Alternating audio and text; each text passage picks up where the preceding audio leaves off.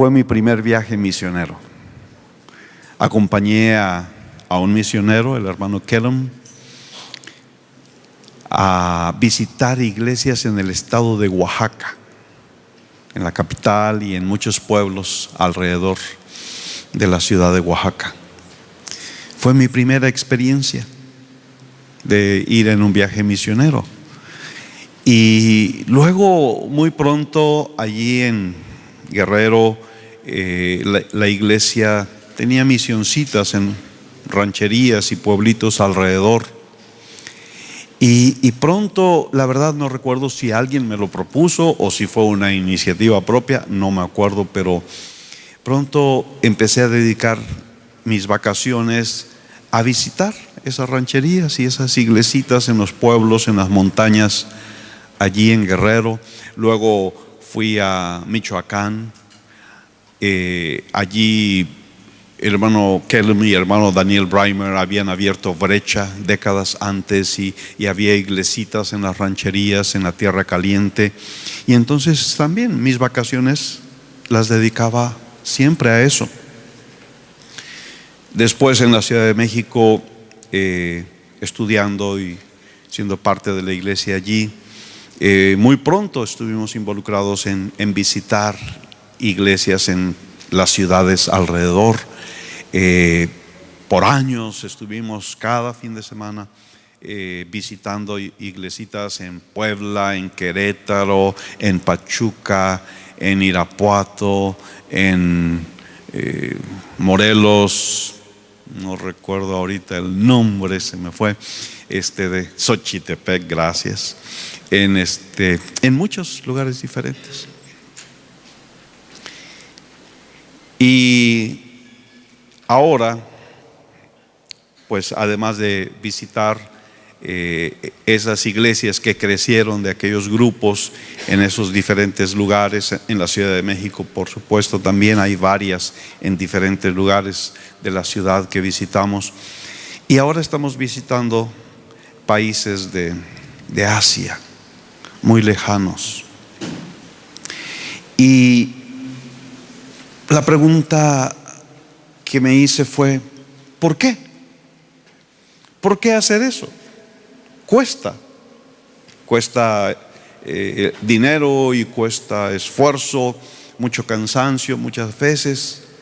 Siempre, ¿cómo olvidar aquellas noches, aquellas medias noches de domingo, regresando de la ciudad de Puebla con mi esposa y mis hijos pequeños, todos agotados y dormidos, y yo luchando contra el sueño en la carretera? Y lo que hacía era que, como es muy frío esa parte, a veces me detenía, me salía al frío, así para que fuera un golpe de frío, y me despertara para poder seguir manejando, porque habíamos estado todo el día, en la mañana y en la tarde, predicando y orando por la gente. Cuesta. ¿Por qué? ¿Por qué hacerlo? En primer lugar, creo que para contestar esa pregunta no tenemos más que recordar las instrucciones que el Señor Jesucristo nos dejó antes de partir. En Mateo 16, si ustedes quieren buscarlo, Marcos 16, el versículo 14, Marcos 16, 14, dice: finalmente se apareció a los 11 mismos, estando ellos sentados a la mesa, y les reprochó su incredulidad y dureza de corazón, porque no habían creído a los que le habían visto resucitado. Y les dijo: id por todo el mundo y predicad el evangelio a toda criatura. El que creyere y fuere bautizado será salvo, mas el que no creyere será condenado. Y estas señales seguirán a los que creen: en mi nombre echarán fuera demonios, hablarán nuevas lenguas, tomarán en las manos serpientes, y si bebieren cosa mortífera, no les hará daño. Sobre los enfermos pondrán sus manos y sanarán. Y el Señor, después que les habló, fue recibido arriba en el cielo y se sentó a la diestra de Dios. Y ellos, saliendo, predicaron en todas partes, ayudándoles el Señor y confirmando la palabra con las señales que la seguían. ¿De qué estamos hablando aquí? Todo el mundo conocemos esta parte de la Escritura como la Gran Comisión.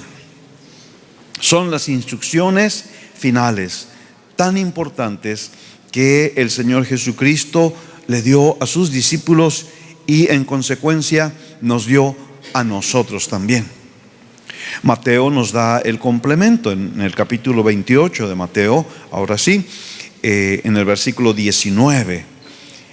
Por tanto, id y haced discípulos a todas las naciones, bautizándoles en el nombre del Padre y del Hijo y del Espíritu Santo, enseñándoles que guarden todas las cosas que os he mandado, y he aquí yo estoy con vosotros todos los días hasta el fin del mundo. Amén. Lo que el Señor está diciendo a sus discípulos, podemos resumirlo así: deben ir a todo el mundo, deben ir a todas las naciones, deben predicar el Evangelio, deben bautizar a los que crean, deben predicar con señales y deben enseñarles todas las cosas que yo les he mandado. Esta es la gran comisión. Esta es la orden que el Señor Jesucristo nos dejó. Y es una comisión muy grande. Aquel grupo, aquel pequeño grupo que recibió por primera vez esta instrucción, seguramente que se voltearon a ver y dijeron: ¿quién? ¿Yo? Porque fíjate lo que Marco dice de ellos. Dice que eran 11 y dice que ellos eran incrédulos y duros de corazón. Ellos no habían creído las nuevas de la resurrección. Ellos no eran los mejores 11 que nosotros hubiéramos deseado para recibir tan importante encomienda. Yo creo que por dentro el Señor Jesús en esos momentos estaba reclamándole al Padre, diciéndole: Señor, ¿no me pudiste dar un grupito mejor que este? Mira, Pedro me negó con maldiciones. Tomás es un súper incrédulo, todo lo cuestiona. Mira, Juan tiene un carácter tan difícil, todo lo quiere arreglar mandando que caiga fuego del cielo y consuma a los que se oponen. Y míralos a todos escondidos ahí, de miedo. ¿Con estos se va a poder hacer esta comisión? ¿Estos son los que van a ir al mundo y a las naciones? Wow. En realidad eran solo unos pescadores pobres sin educación formal que nunca habían viajado más de 100 kilómetros fuera de su lugar de nacimiento a pie, y quizá ni sabían cuáles eran las naciones a las cuales el Señor Jesucristo los estaba mandando.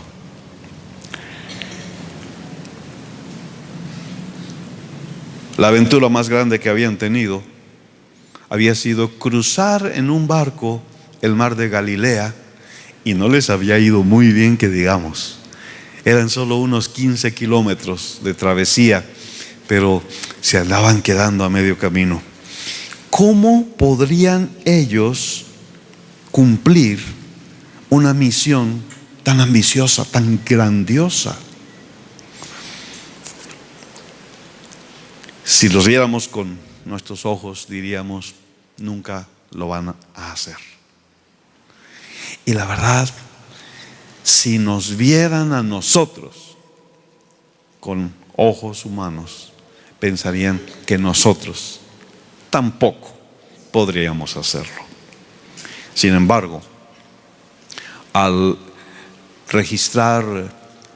ver los registros de la historia, vemos que esos 11 temerosos, incrédulos, miren, Andrés fue a la región donde actualmente se encuentra Bulgaria y Georgia, un país de la zona rusa. Bartolomé fue hasta la India y Armenia. Mateo fue a Irán. Pedro fue a Galacia y Capadocia en la actual Turquía. Judas Tadeo predicó en Irán, en Siria y en Turquía. Tomás predicó en Afganistán y llegó hasta la India, y hasta el día de hoy hay iglesias donde que Tomás fundó. ¡Wow! De un grupo del que no se podría esperar mucho, Dios hizo algo grande. Hay algo atrás de esa comisión. El Señor Jesucristo dijo: toda potestad me es dada en el cielo y en la tierra. Así que en la autoridad del que tiene toda potestad son enviados. Y eso hace una diferencia. Algo semejante ocurrió en la historia más reciente. Hubo un hombre que se llamó William Carey en Inglaterra. Desde jovencito se tuvo que dedicar al oficio de ayudante de zapatero. Eventualmente se hizo cargo de un taller de zapatero. No tuvo educación formal. Lo que él aprendió, lo aprendió solo, leyendo. Mientras remendaba zapatos, leía y leía. Llegó a pastorear una pequeña iglesia allá en Inglaterra. Y en una ocasión los pastores de esa zona se reunían con alguna regularidad y pedían que algunos de los pastores pusieran en la mesa algún tema de discusión. William Carey, en aquella reunión en el año 1786, les leyó Mateo 28. Id a todas las naciones y yo estaré con ustedes hasta el fin.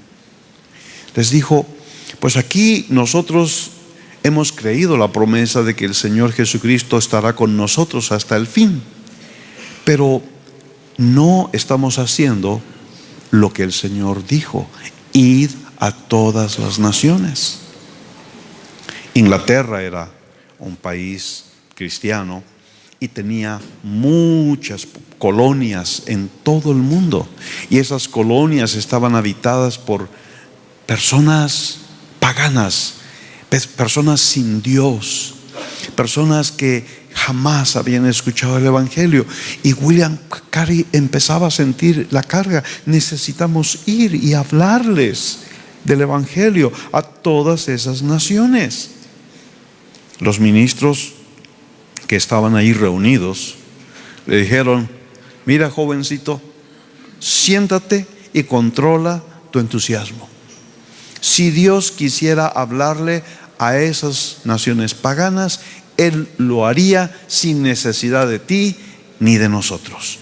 Tu idea es una idea loca e impracticable. Y lo rechazaron.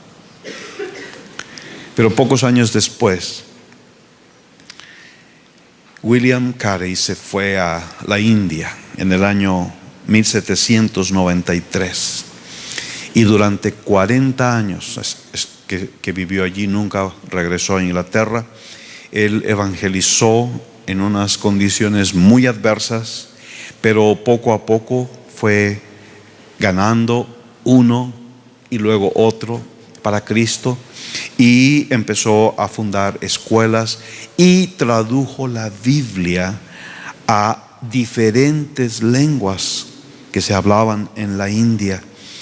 Él hizo una obra revolucionaria, él que era el ayudante de Zapatero, el que no tenía ninguna gran posibilidad. Él es considerado el padre de las misiones modernas. Es sorprendente realmente ver que entre los misioneros más grandes de la historia hay toda clase de personas, pero muchos de ellos eran personas que no tenían las credenciales para ir y hacer ninguna gran obra en ningún lugar, ni siquiera donde ellos estaban. Adoniram Hudson era hijo de un pastor en Nueva Inglaterra, en las colonias americanas. Él se rebeló contra la fe de sus padres y se declaró ateo a los 18 años.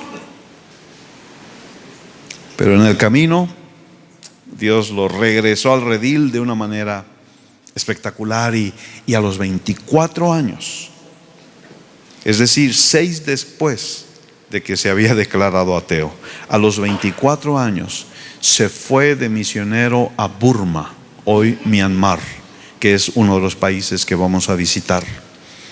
Esto ocurrió en el año 1812. La situación allí fue muy difícil.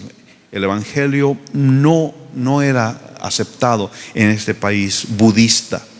Él dedicó su vida a traducir la Biblia al idioma birmano, y fueron contadas las personas que recibieron a Cristo a través de su ministerio. Pero hoy hay 6 millones de cristianos en ese país budista, y todos ellos reconocen a Adoniram Hudson como su padre espiritual, la herencia de ese hombre que un día se declaró ateo. David Livingstone era un obrero en una fábrica de telas en Escocia.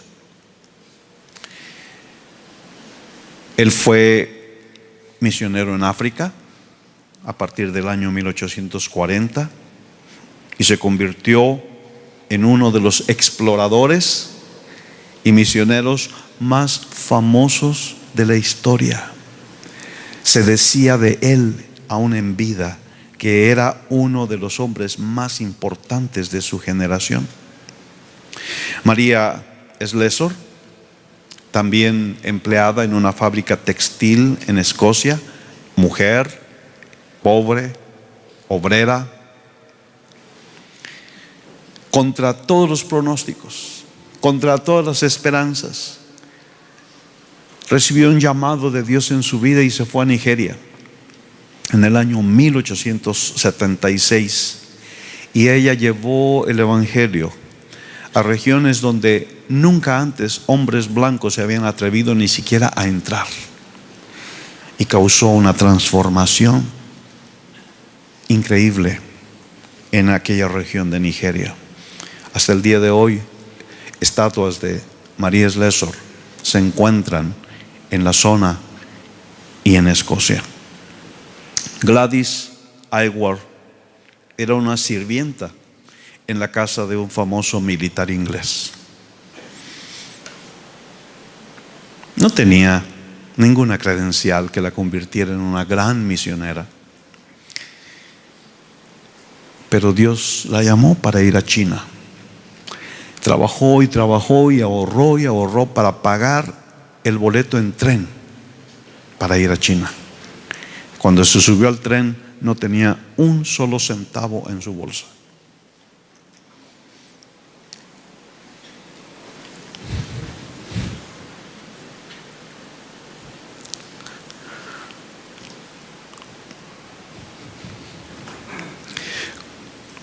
Cuando regresó años después a Inglaterra, Era una mujer tan apreciada y famosa que, entre muchas otras cosas, la reina de Inglaterra la invitó a cenar. Si tú quieres aprender más acerca de personajes como ellos, te recomiendo que asistas al curso de la Escuela de Desarrollo Cristiano que va a empezar este miércoles. Vamos a tener un curso sobre héroes de la fe y vamos a hablar de algunos de ellos. ¿Sabes? Aquellos 11 no tenían nada, no eran nada. Y estos, como Gladys y María y William, no eran ricos, no tenían grande educación, no eran los gigantes espirituales, pero ellos oyeron el llamado de Dios. Id a todo el mundo y predicad el evangelio a toda criatura. Yo no sé cuál sea tu historia, pero muchos de nosotros somos cristianos gracias a hombres y mujeres que estuvieron dispuestos a obedecer la orden del Señor, a salir de su comodidad, a renunciar a sus sueños y lanzarse a una aventura de fe. En mi vida, en mi familia en particular, uno de los primeros que tocaron nuestra vida fue el hermano Daniel Breimer. Él llegó a México en los años 50, antes que yo naciera, y junto con otros misioneros tenían una avioneta y se iban en la avioneta en la región de Tierra Caliente, en los límites de Guerrero y Michoacán, y soltaban folletos evangelísticos sobre las rancherías. Luego, porque no había carreteras en ese tiempo, yo creo que la carretera llegaría hasta Iguala nada más, y después de allí terracerías, y después nada. Entonces se iban a pie, se iban a pie, se cargaban su mochila, se cargaban un proyector y en una sábana proyectaban alguna pequeña película cristiana y evangelizaban, y así iban de ranchería en ranchería. Y así llegaron con mis abuelos, y así establecieron iglesias en aquella región que después, en mi juventud, yo visitaba. El hermano Kellum fue otro hombre de Dios que renunció a las comodidades y a su futuro y vino a México y sufrió persecución, amenazas de muerte, muchos atentados y muchas otras clases de sufrimientos, pero él fue alguien que vino y sembró en nuestras vidas y en nuestra familia. Después vendrían otros como Roberto Ewing y los hermanos Stanley y varios otros, personas que oyeron el mandato de Cristo: id a todo el mundo y predicad el evangelio. Ellos nos evangelizaron, nos enseñaron, nos discipularon, fueron obedientes al Señor. Si tú eres un creyente, si tú eres un cristiano, la orden de Cristo, el mandato de Cristo también es para ti. No podemos pensar que ese mandato Cristo se lo dio solamente a un grupo especial.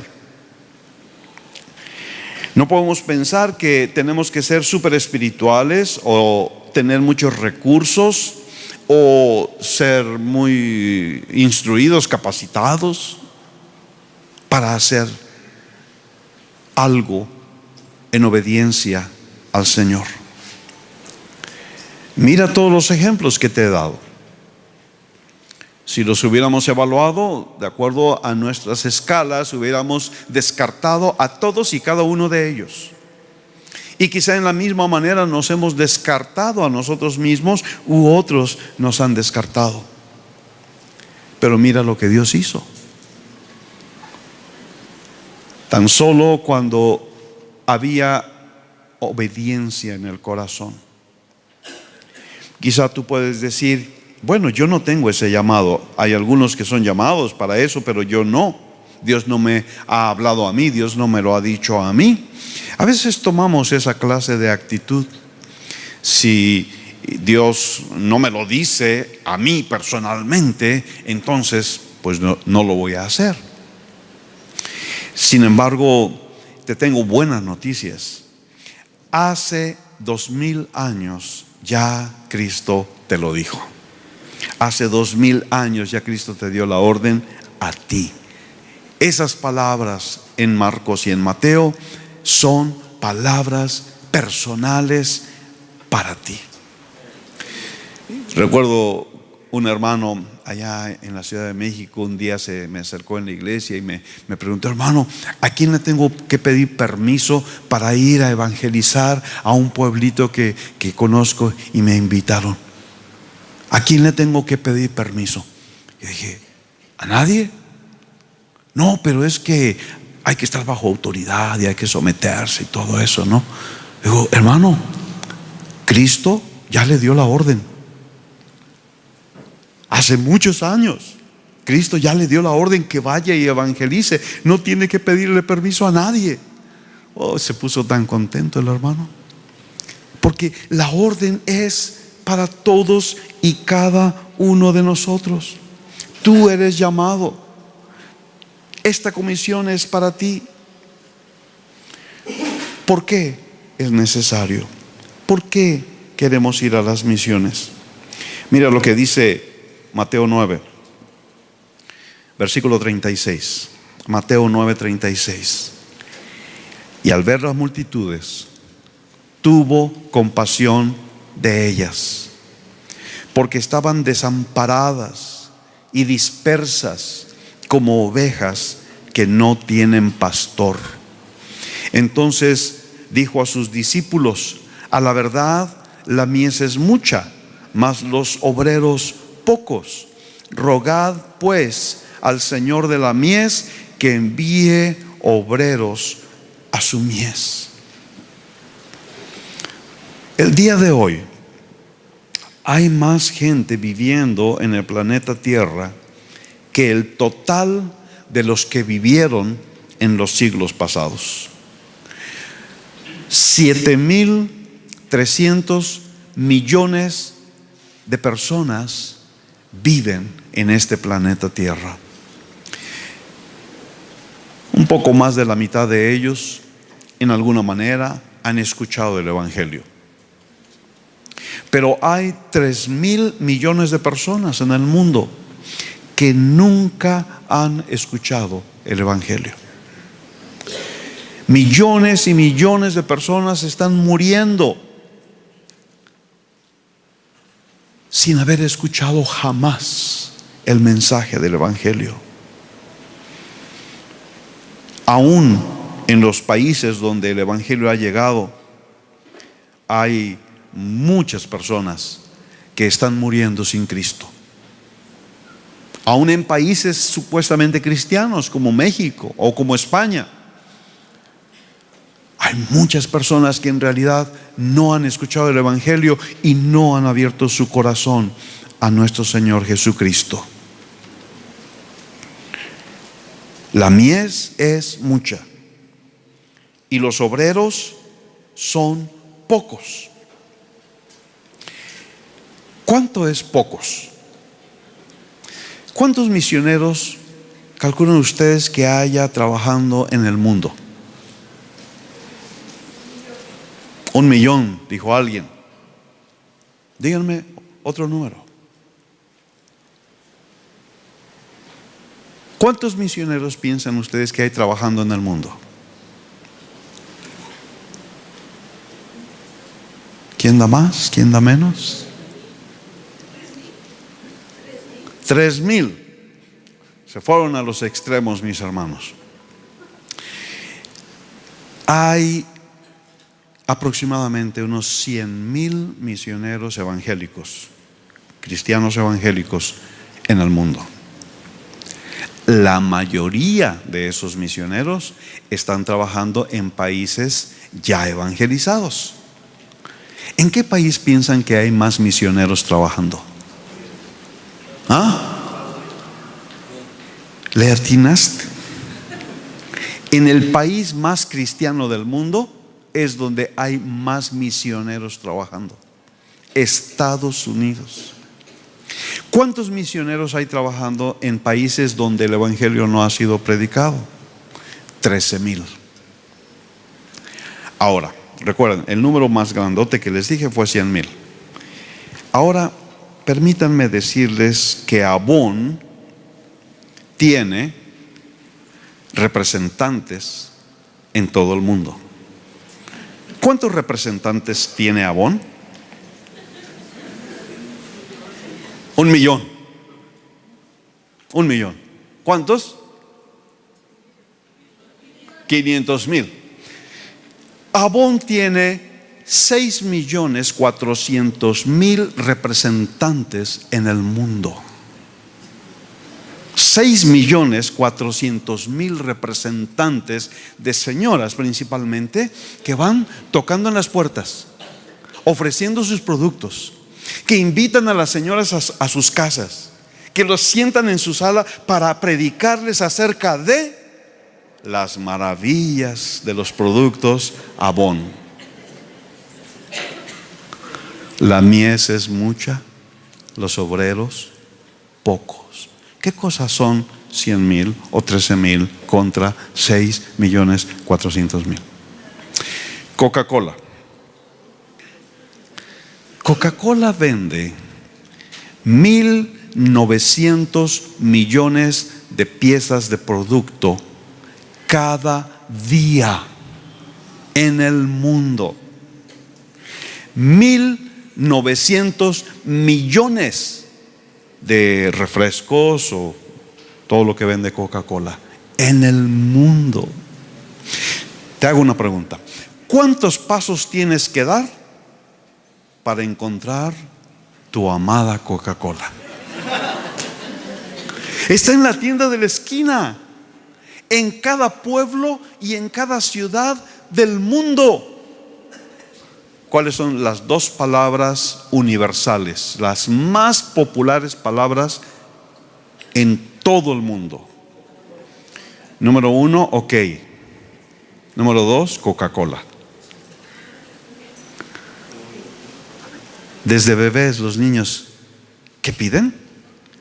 Antes de decir mamá y papá, dicen Coca-Cola.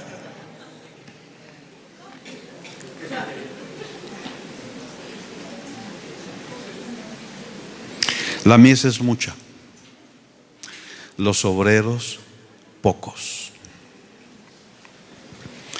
Romanos 10, versículo 13.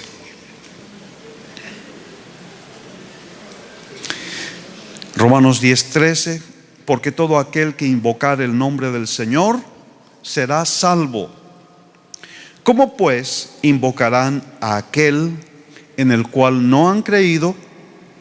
¿Y cómo creerán en aquel de quien no han oído? ¿Y cómo oirán sin haber quien les predique? Sin lugar a dudas,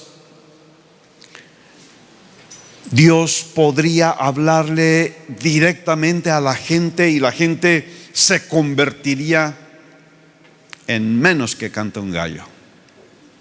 Si Dios me hablara, ¿cómo no? Por lo menos si Dios enviara un ángel, se me apareciera un ángel y dijera, tienes que creer. Claro que sí. ¿Dónde firmo? Pero Dios escogió predicar a través de nosotros, no a través de ángeles. Dios escogió predicar a través de nosotros. Dios sí le habla a la gente. Escuchamos testimonios en Indonesia de cómo Dios en sueños le habla a la gente y cómo los lleva hacia la salvación. Pero siempre hacen falta aquellos que son llamados a predicar para ayudarlos a llegar a la salvación. El misionero, el hermano Kellum, un tiempo vivió en Tasco, una ciudad durísima, y más en aquellos años, una ciudad recontra tradicionalmente católica, que rechazó la predicación del evangelio. Fue durísimo el tiempo que él estuvo allí. Pero un día alguien tocó a la puerta de su casa. Era el hombre que vendía pájaros en las calles de la ciudad, en el mercado, y le dijo: estaba yo en la montaña capturando aves, cuando oí una voz que me dijo: ve a tal dirección y allí te van a hablar de la salvación. Por eso estoy aquí. Dios lo llevó.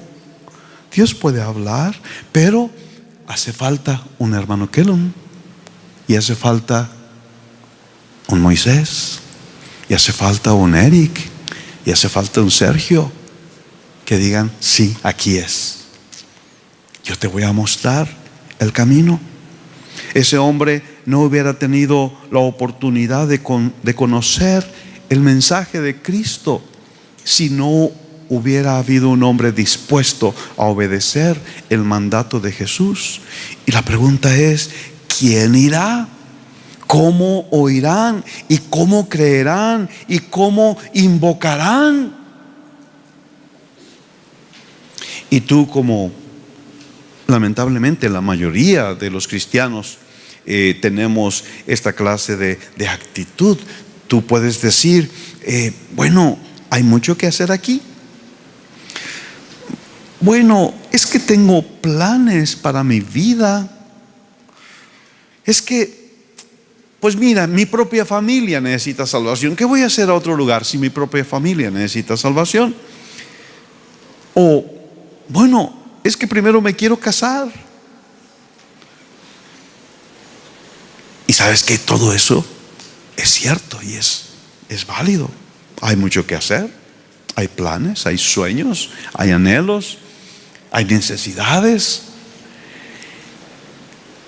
Pero la cosa más preciosa que vamos a poder encontrar es que cuando obedecemos al Señor, entonces Dios se hace cargo de todas las otras cosas en nuestra vida. Aún aquellos jóvenes y señoritas que pudieran pensar: no, yo primero me quiero casar antes de irme de misionero. Lean la historia de los misioneros. Muchos de ellos se fueron solteros o solteras y encontraron al amor de su vida en el campo misionero. Y fue la mejor opción que pudieron haber encontrado.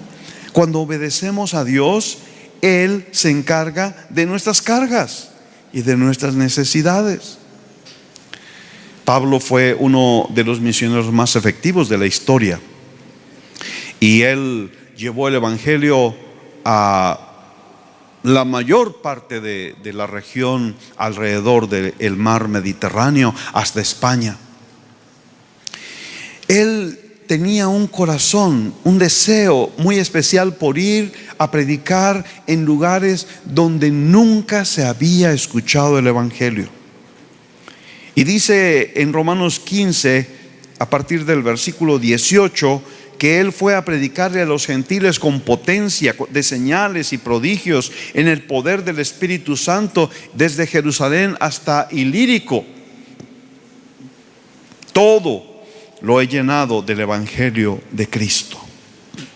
Y de esta manera me esforcé a predicar el evangelio, no donde Cristo ya hubiese sido nombrado, para no edificar sobre fundamento ajeno, sino, como está escrito: aquellos a quienes nunca les fue anunciado acerca de él verán, y los que nunca han oído de él entenderán.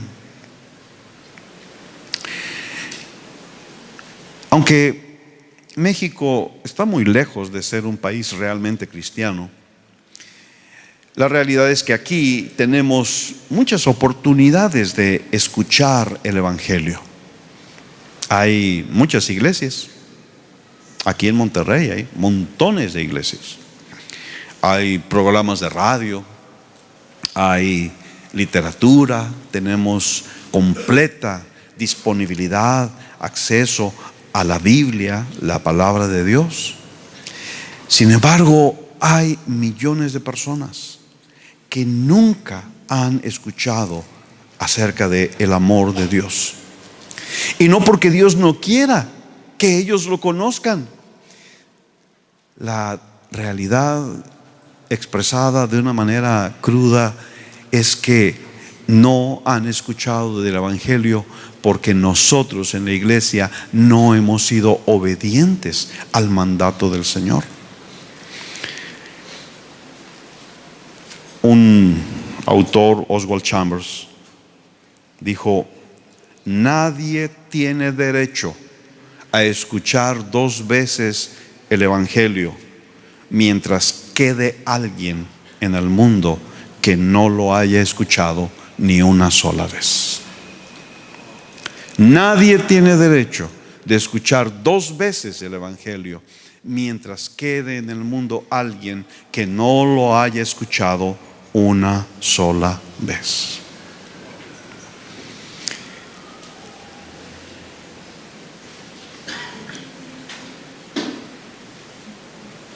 ¿Qué pasó con aquellos 11? Temerosos, incrédulos y duros de corazón. Algo pasó, porque el versículo 20 de allá de Marcos dice: y ellos, saliendo, predicaron en todas partes, ayudándoles el Señor y confirmando la palabra con las señales que le seguían. Algo pasó en aquellos 11, y no nada más en aquellos 11, sino en los que vinieron después: Pablo, Timoteo, Silas, Bernabé. Algo pasó. Ellos fueron, obedecieron el mandato, predicaron en todas partes, y 2 cosas sucedieron: el Señor estuvo con ellos ayudándoles, y el Espíritu Santo confirmó la palabra con las señales que la seguían. Hace poco le preguntamos a un grupito de jóvenes de aquí de la iglesia qué les gustaría ver en la iglesia en este año 2018. Una de las cosas que dijeron que querían ver era señales. Dijeron: queremos ver que Dios sane a los enfermos. Queremos ver señales. Este es el camino. Necesitamos nosotros ser obedientes a la Escritura. Necesitamos nosotros escuchar el llamado del Señor a nuestra vida, y necesitamos ir y predicar en obediencia, en fe. ¿Qué es lo que va a pasar? El Señor va a estar con nosotros ayudándonos, y el Espíritu Santo va a confirmar la palabra con señales. ¿Por qué pudieron ellos llevar a cabo la imposible encomienda? Uno fue la presencia de Cristo. Cristo les dijo: he aquí, yo estoy con vosotros todos los días hasta el fin del mundo. Y también les prometió, y esto es otro complemento de esta gran comisión que se encuentra en Lucas 24, el versículo 46, les dijo: así está escrito, y así fue necesario que el Cristo padeciese y resucitase de los muertos al tercer día, y que se predicase en su nombre el arrepentimiento y el perdón de pecados en todas las naciones, comenzando desde Jerusalén. Y vosotros sois testigos de estas cosas. He aquí, yo enviaré la promesa de mi Padre sobre vosotros. Pero quedaos vosotros en la ciudad de Jerusalén hasta que seáis investidos de poder desde lo alto. Este es el segundo ingrediente que hizo posible que aquellos cumplieran la gran comisión. fue el poder del Espíritu Santo que vino sobre ellos cuando fueron bautizados el día de Pentecostés. Y entonces Pedro dijo: esta promesa no es nada más para nosotros, sino es para todos los que siguen, para las generaciones siguientes, para todos los que crean. Estas dos cosas están disponibles para nosotros: la presencia de Cristo, la ayuda de Cristo, el respaldo de Cristo y la unción del Espíritu Santo. Están disponibles para ti y para mí. Nosotros también podemos ir y predicar el Evangelio a todo el mundo. ¿Sabes? Entre todos los discípulos y los misioneros podemos pensar en Pedro. Pedro no era el mejor candidato, Pedro no era el mejor testigo, Pedro no era el más fiel, Pedro no era el más constante, Pedro estaba lleno de defectos. Pero ¿sabes qué? Pedro fue transformado. Cuando él fue lleno del Espíritu Santo, fue transformado y se convirtió en un predicador increíble, en un evangelista, en un conquistador de terrenos para Cristo. Tú puedes decir: yo no soy capaz, yo no puedo, yo no tengo las cualidades, yo no tengo los talentos, yo no tengo la preparación, yo no tengo los recursos, yo no tengo nada.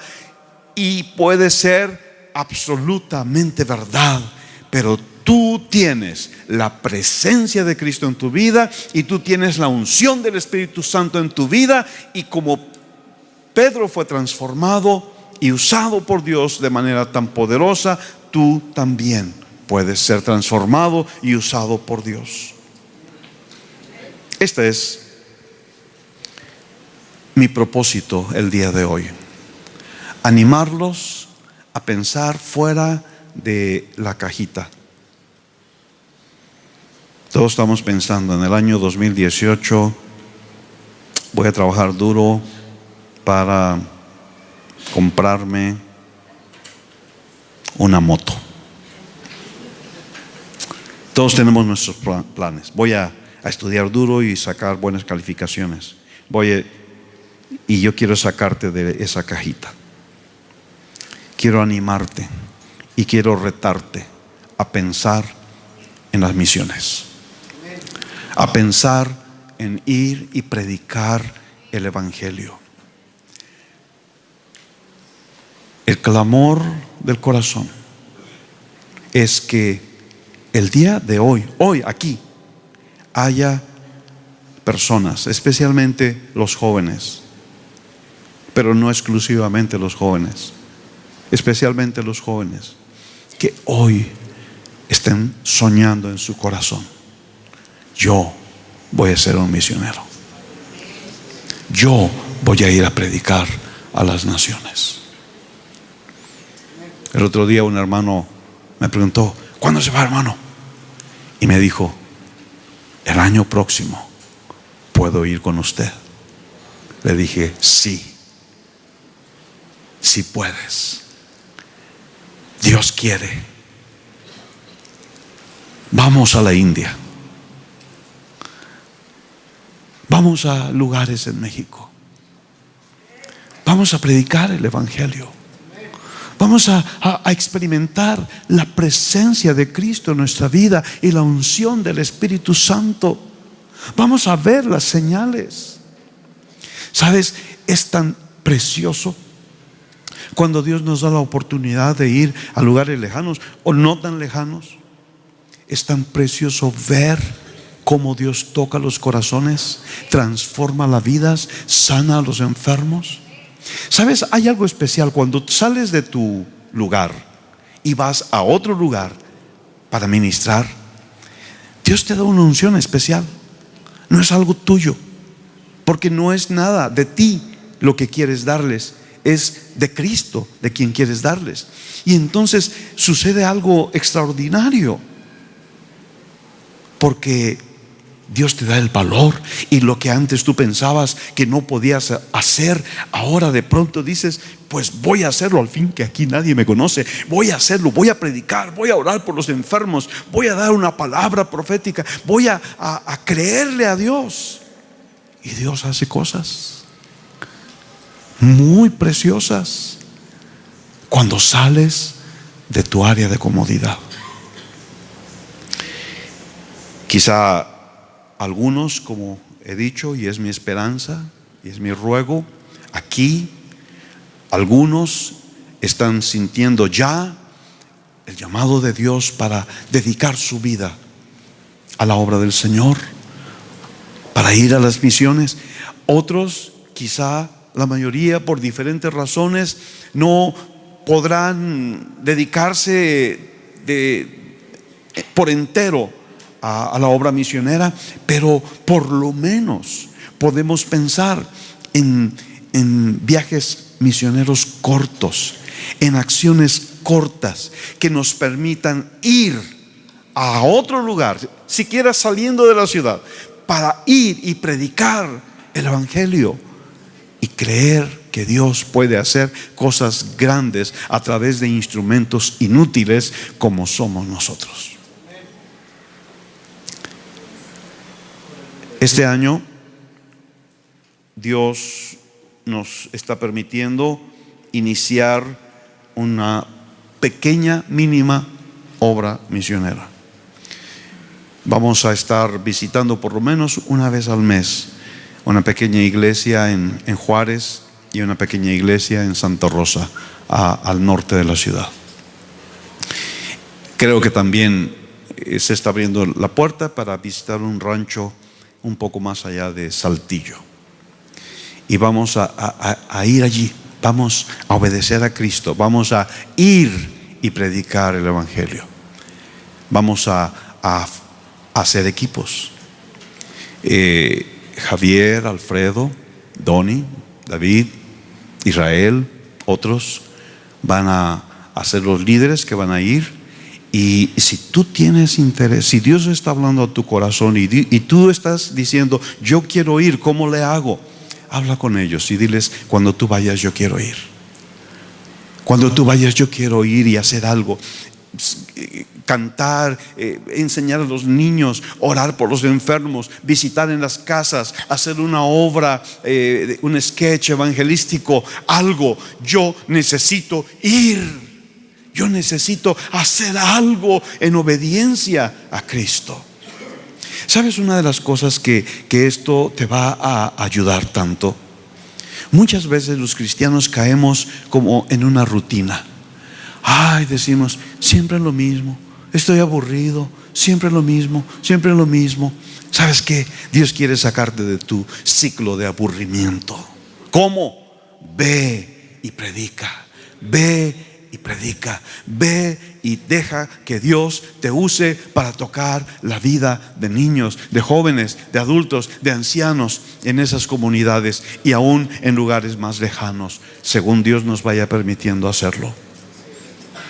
Y el año próximo vamos a la India.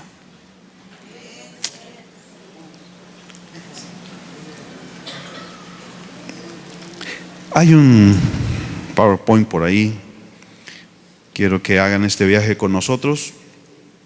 Primero está la India, donde vamos a hacer nuestra primera escala. Vamos a visitar 3 países, y esos 3 países representan a las 3 mayores religiones fuera del cristianismo en el mundo. La India son hinduistas. Tienen una religión con millones de dioses, con mucha idolatría, con mucha oscuridad espiritual, con mucha esclavitud espiritual. La India tiene una población de 1.215 millones y muchos lenguajes. El idioma oficial es el hindi, pero muchos hablan inglés. Hay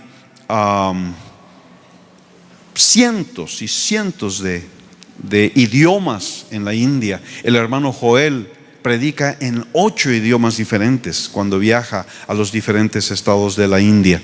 Allí se ve en la gráfica el hinduismo como la religión preponderante, el islam en verde tiene un porcentaje, y el cristianismo, que va creciendo poco a poco al paso de los años. Dada la cantidad de población que hay en India, en mi investigación encontré que hay más creyentes en India que en México. El porcentaje es más bajo, pero hay más creyentes en India que en México. Hay más creyentes en Indonesia que en México, porque Indonesia tiene el doble de la población que México, pero el porcentaje es muy pequeño, y los cristianos en la India son perseguidos tremendamente. Hay una pobreza tan impresionante en la India, aunque la India es una potencia nuclear. El día de hoy es una potencia nuclear. Sin embargo, 600 millones viven en profunda pobreza, y otros 300 millones viven en extrema pobreza. Es decir, 900 millones de personas no saben si van a poder comer el día de mañana. En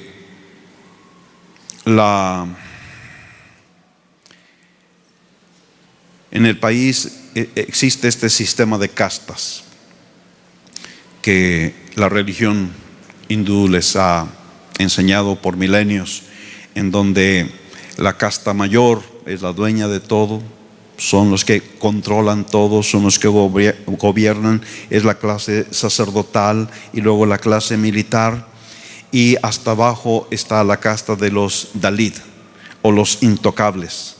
Son millones y millones de personas que por su casta, por haber nacido en esa casta, están condenados a la más terrible pobreza e ignorancia. Aunque hay oficialmente libertad de religión en la India, los cristianos han sufrido persecución en los últimos años. En algunos estados de la India se han promulgado leyes que restringen las actividades de los cristianos y han generado violencia e incluso la muerte de muchos pastores. Entonces, lo que vamos a hacer ahorita es orar por la India. Vamos a ir con nuestra oración a este campo misionero. Vamos a poner un video. Encontré este video en un sitio que se llama el Proyecto Mundo, en donde